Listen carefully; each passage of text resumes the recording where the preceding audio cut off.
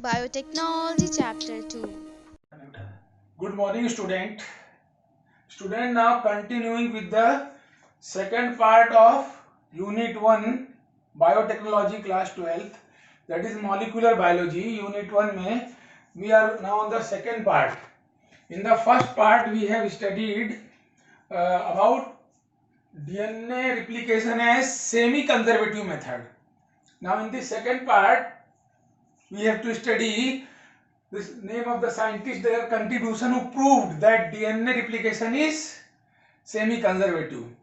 One of them was Michelson and Stahls. These two proved that how the DNA replication is semi-conservative method. And then another group of the scientists was Taylors and co-workers. Let us see first how Michelson and Stahls prove the semi-conservative method of DNA replication. Student, you know what is semi-conservative method? Semi-conservative method of DNA replication means in the newly formed DNA strand, one old is conserved. So who proved this? Michelson and Stahls proved this. How they proved? Just see. Student, what they do? They took E. coli bacteria. They took E. coli bacteria in a medium containing nitrogen isotopes. Nitrogen isotope using radioactively labeled 15N in NH4Cl solution. In NH4Cl solution. Student, pay attention on this colored compound 15N isotope, and then they grew E. coli for many generations. They grew this E. coli for many generations in this medium. This is the first step, student.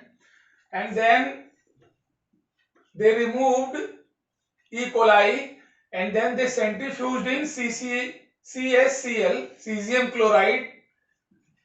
They centrifuged E. coli in chemical cesium chloride. And what they did when they isolated the DNA grown for many generations, they obtained like this heavy parental DNA strand. This green color you are observing, student. This is the heavy DNA strand, and this was the parental strand. Now, student, they took few E. coli from this same flask, and then they grew the E. coli in the second medium, nutrient media containing 14N isotope. Means in this they used radioactively labeled nitrogen was radioactively labeled, and that was 14N. It was slightly low in the number.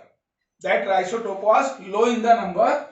And what they observed, student, when they grew them for one generation, what they observed after centrifuging, they removed this and then they centrifuged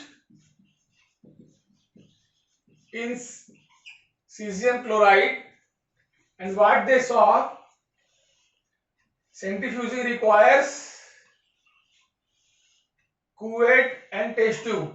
So when they centrifuged in the test tube, putting it in the cuvette of centrifuge, they, after one generation, what they observed, student, they observed that the daughter strand, the one of the template of the daughter strand was containing 15N isotope and another one 14N, and that was the hybrid.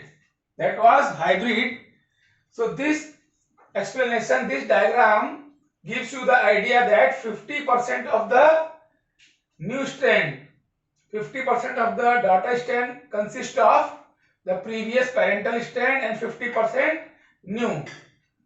Previous contained 15N isotope and new contained 14N isotope, and this was hybrid. So this proves that DNA replication is semi-conservative. And similarly so on, when they did for another generation, they took the E. coli from this, and then when they grew again for one generation, again for the one generation in 14N medium, 14N isotope, student, and then when they centrifuged it in, centrifuging means, you know, student, when they kept E. coli solution along with this medium in centrifuge and rotated to obtain DNA strand, the student, what they saw, what they observed in the test tube, they removed the test tube and then they observed all the daughter generations. In all the daughter generation, the 50% amount was of old strand and 50% of new. This reveals that, student, this reveals that the newly formed strand contains one old strand and one new strand.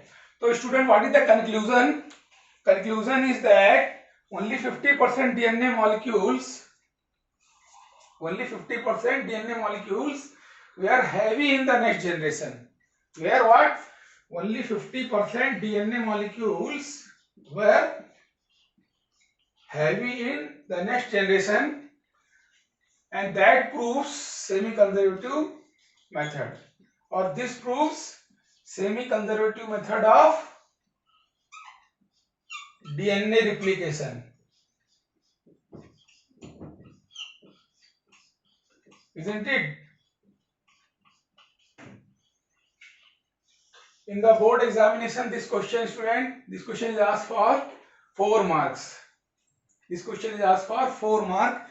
So you may get 1 mark for the flow chart and 3 marks for explanation.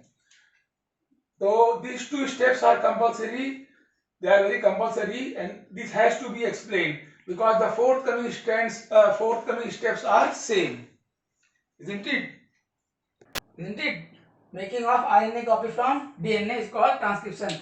But our question is, student, reverse transcription. That will be just opposite. That is the making of DNA copy from RNA. Making of, definition will be making of DNA copy from RNA. There in the transcription was catalyzed by enzyme called transcriptase, and here it will be just opposite. In the presence of enzyme, reverse transcriptase. Reverse, very simple, transcriptase, or not, student? So what is the definition of concept of reverse transcription? Making of DNA copy from RNA, just opposite, reverse, in the presence of reverse transcriptase. And we can understand this by a very conceptual flow chart. DNA always makes RNA, no doubt, but from RNA DNA is made, just opposite. From RNA DNA is made, isn't it? And then protein is synthesized in the presence of, student, which enzyme?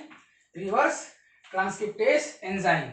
Okay, now very important, just see the concluding line, green in color. This is asked for 1 mark in your biotech in compulsory section. Define the RNA dependent DNA polymerase. So student, remember, it is the other name. RNA dependent DNA polymerase is the other name of reverse transcriptase. So you can, how will you define, how will you write or tell the function of RNA dependent DNA polymerase? The same function of reverse transcriptase, that is, it catalyzes the formation of DNA from RNA. That is the rule of RNA dependent DNA polymerase. And the entire concept is also called, this concept of reverse transcriptase is also called modified central dogma. Modified central dogma, and this central dogma, which was modified by Sir Tamin, and so this is also called Taminism. This is also called Taminism.